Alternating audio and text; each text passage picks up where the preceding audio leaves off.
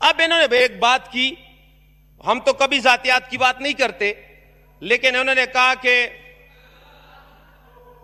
इनके अगर जीआईटी बने तो मेडिकल करने पड़ेंगे।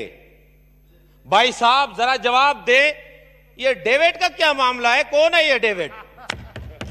और ये डेविड, मेरा मुतालबा है कि इस पे एक जीआईटी बनाई जाए और उसका भी मेडिकल हो, क्योंकि ऐसा ना हो कि सिंथिया रिची की तरह वो भी चला जाए और फिर कहे कि जी कोई मामला हुआ है।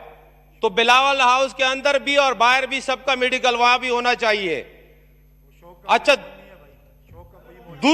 दूसरी बात, अच्छा मैं जब अगर अमेरिका का सदर ट्रंप कभी हमारे प्राइम मिनिस्टर को धमकी दे, खुदा न खास्ता, या मोदी धमकी दे, तो मैं समझ जाऊंगा कि चलो एक बहुत बड़े मुल्क का सरबराह है और हिंदुस्तान तो हमारा अजली दुश्मन है, उन्होंने दिया।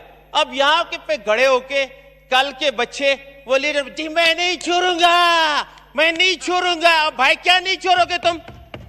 तुमसे तो सिंध कंट्रोल नहीं होता, तुमसे तो सिंध के हालात कंट्रोल नहीं होते। आप एनआईसीवीडी की बात करते हैं, विफाक का दिया हुआ अस्पताल है, तुम्हारा कौन सा कमाल है? इधर अगर चंदे की बात करते हो तो वो तो डोनेशन पे चलता है, तुम्हारा उसमें क्या किरदार है? और एक एनआईसीवीडी वो नहीं है। सिंध में तो बहुत लड़काना है, सिंध में शिकारपुर है, जेकबाबाद है, सक्कर है, फिर हैदराबाद है, फिर कराची है।